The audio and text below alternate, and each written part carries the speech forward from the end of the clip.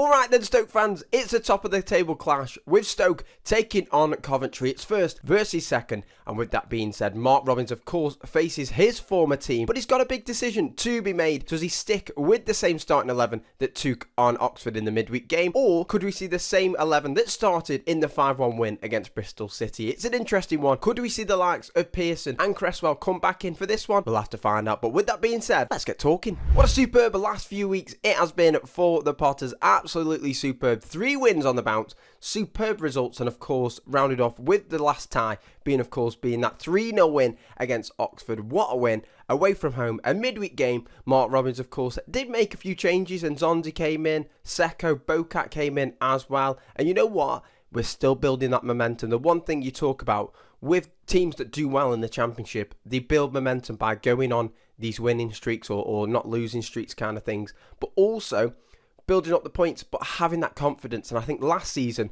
what we saw with the Stoke team, we were a team very low on confidence, and there was a lot of other teams that were in the league that had a bundles more of confidence than we did. But it's a really confident side this year. It's great to see Mark Robins is really getting the best out of all of these players. So with that being said, we're going to have a nice, easy starting 11 predictions. Viktor Johansson, of course, in goal. Absolutely superb. Whether that be close range saves, top draw saves, he's absolutely superb. And you know what?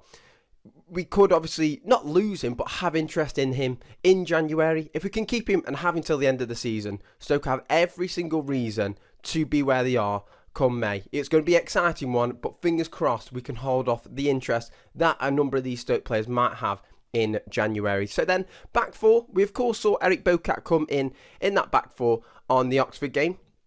It's a tough one. I think, you know what, Eric Bocat, obviously he is the second choice. So Aaron Cresswell's been absolutely superb. You look at summer signings in terms of the impact. Sorba Thomas is top, but I'd say Aaron Cresswell's really, really close in terms of what he's brought to the table. It's been absolutely immense this season. And of course, a great, I don't know how Stoke managed to pull off the signing, but a great asset to the side. But with that being said, I thought Eric Bocat had a real good game against Oxford. I thought he was involved in quite a lot of the play. Attacking wise, he was getting involved, had a bit of link up with Sorba Thomas. But I think it's one where for this one, against the league leaders, it's going to be a tough one. Sakamoto is a great winger. That's where they're really good in terms of their wingers, the width that they have, whether that be crosses into the box, whether that be direct wingers or something like that. I just think it's one where the fullbacks are going to be key, both in terms of defensively and attacking. So of course Aaron Cresswell at left back, and of course we'll have a big job to do against Sakamoto. In terms of the centre halves, of course you got Ben Wilmot, and I said Eric Wilmot, Ben Wilmot, and then Ashley Phillips as well. Great partnership. They've worked absolute magic. What was it? A clean. I was going to say clean sheet against Bristol City, but we unfortunately didn't get a clean sheet in that one. But got a lovely clean sheet against Oxford, and I think they deserve more, if I'm being totally honest. But great partnership between them two. They'll keep the place, and of course it'll be an interesting one when Boston Lowell comes back in from his hamstring injury. Could he potentially be moved to a midfield role, and Mark Robins sees it as Phillips and Wilmot as his two centre back partnership, or does he say, well, Lowell's hasn't got his place guaranteed, he's got to knock on that door? So we'll have to see with that one. Junior Shamadou, right back, absolutely superb. It was absolutely immense. Scored another absolutely gorgeous goal. Assisted another absolutely gorgeous goal in the Oxford one. He's absolutely immense. And the big question was always, as soon as he came in, was can he hit the heights of what Hoover did? And the reason Hoover was loved so much was his attacking quality, what he brought to the table, his dribbles, his how good offensively as was. Now, don't get me wrong, I think you look at Hoover, sometimes he was defensively, that was a little bit shaky.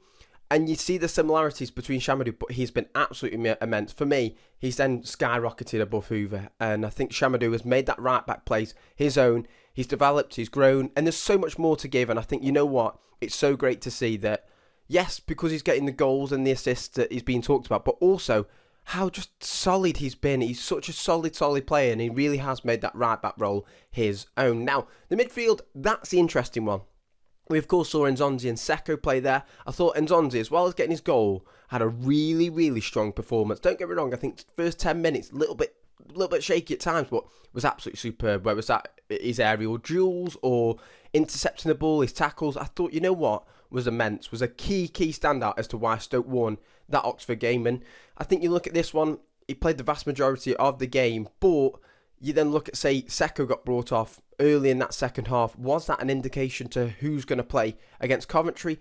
I'm not quite sure. But for me, I'm going to bring Ben Pearson back in for this game. I think he just provides that defensive stability. And you compare kind of the heat map in terms of the distance covered between Ben Pearson and Tatsuki Seko.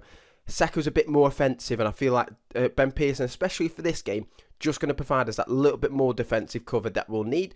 And then alongside him, I'm going to go for Lewis Baker. I think it makes sense for Lewis Baker to then maybe drop, well, I don't know if it makes sense, but in terms of who I'm going to play in the number 10, if then it was who I'm going to put in the number 10 role, you then have Lewis Baker behind him. And I think it's one where, of course, Lewis Baker then has the option to play up there and be more offensive because he's then got Ben Pearson right by him. Bit more defensive cover. But for me, Lewis Baker has been immense in that number 10 role. Absolutely superb. But also, I think in that 8 role that he can play in this one, he can still get up the box, but also provide. So quite a bit more of a box-to-box midfielder. I think he's absolutely superb. He's immense. And I think he's a player that, don't get me wrong, I think a lot of Stoke fans appreciate him, but I think sometimes he just go under the radar, especially last season when we sent him out on loan. Don't have a Scooby what that was about, but he was absolutely superb. And you know what? I think he'll start alongside Pearson. In the number 10 role, I'm going to go for Jun Ho. I think if Baker isn't in the 10, it will be Bae Jun Ho with his creativity, with his technical ability, getting on the ball, moving the play, looking to find the space, looking for them 1-2s. And I think against Bristol City, he was one of them where he wasn't involved in terms of, in terms of the assists, in terms of the numbers and as such. But if you look at, say, that Mbama's second goal, it was his 1-2 with Manu to then play the pass to Mbama, where of course it did get spilt. But it's nice little 1-2s, little tricky play that he has where he can work his magic, and I think I think Mark Robins will want that from Bae Jun Ho in this one. I think if we can continue that, and fingers crossed he can get maybe an assist or a goal just to then get his name mentioned, because you feel everyone else has really, Shamadou obviously got his assist, got his goal. Mbama's back on the score sheet, really good to see. Manu, Sorba Thomas, Lewis Baker. Bae Jun Ho's the one that, like, at the moment, not that you don't want, well, maybe you do want a little bit more from him, but just in the sense of getting an assist or getting a goal, and this could be the game for him where just work his magic, have a shot from the edge of the box, or try to do a bit of a 1-2 with Manuf and see if it plays off. But I think him in the number 10 role with that creativity could, of course, do this Coventry midfield a little bit of something to question, a little bit something to be wary of. So with that being said, that's the midfield I'm going for. In terms of wingers, I think it makes sense in terms of Sorba Thomas on the left and then Million Manuf on the right as well. Now, for me, Lamine Cisse, who came on, of course, in the Bristol City game, I thought he looked really decent. Of course, got his assist for Mbama's goal in terms of that 5th goal. But for me, he got on the ball, he looked to work his magic, he dribbled a little bit. But I feel like against Oxford, we didn't really see too much of him when he came on in that second half. But I think every day it's always going to be Sorba Thomas and Million Manuf, who've been absolutely excellent this season, the standout performers, and fingers crossed they can have a game like they did against Bristol City. Nearly had a little hiccup then. Million Manuf, of course, in the Bristol City was an absolute standout, and that's what's so interesting, that we've then got different players. In that first half against Bristol City, it was all coming from Manuf's side, but not that it wasn't coming from Thomas's side, but you look at it and you say, well, Manuf got the goal, got the assist, so then we didn't need to see as much as Sorba Thomas. But throughout the season, Sorba Thomas has been Mr. Consistent, absolutely superb, and has been a top signing. So with that being said, it'll be interesting to see where Stoke have their joy on the wing. Will it be on the left with Sorba Thomas, or will it be on the right? And then up front, the man, the myth, the absolute legend, Divine Mbama. He's going to start up top. You know what? He got his hat-trick against Bristol City. He'll just want to keep kicking on from there. I think it's a really great group of lads. They're doing really well. There's confidence brewing, and that's what happens. When you get your goals, when you get your confidence up, they'll just want to keep kicking on. And fingers crossed, Mbama can have his chances. He's had a number of chances throughout the season where this time on the Bristol City game, he took them, and you reckon you can take them against Coventry. Though that's the team I'm going to go for. It's the same team that started against Bristol City. I think it will be consistency. Mark Robins won't want to see too many changes, and I think it's going to do a solid one. So with that being said, it's a big game. Coventry on the weekend. Who's going to win? We'll have to find out. But with that being said, I hope you guys enjoyed. Make sure you like, make sure you subscribe. But until then, I'll see you guys next time.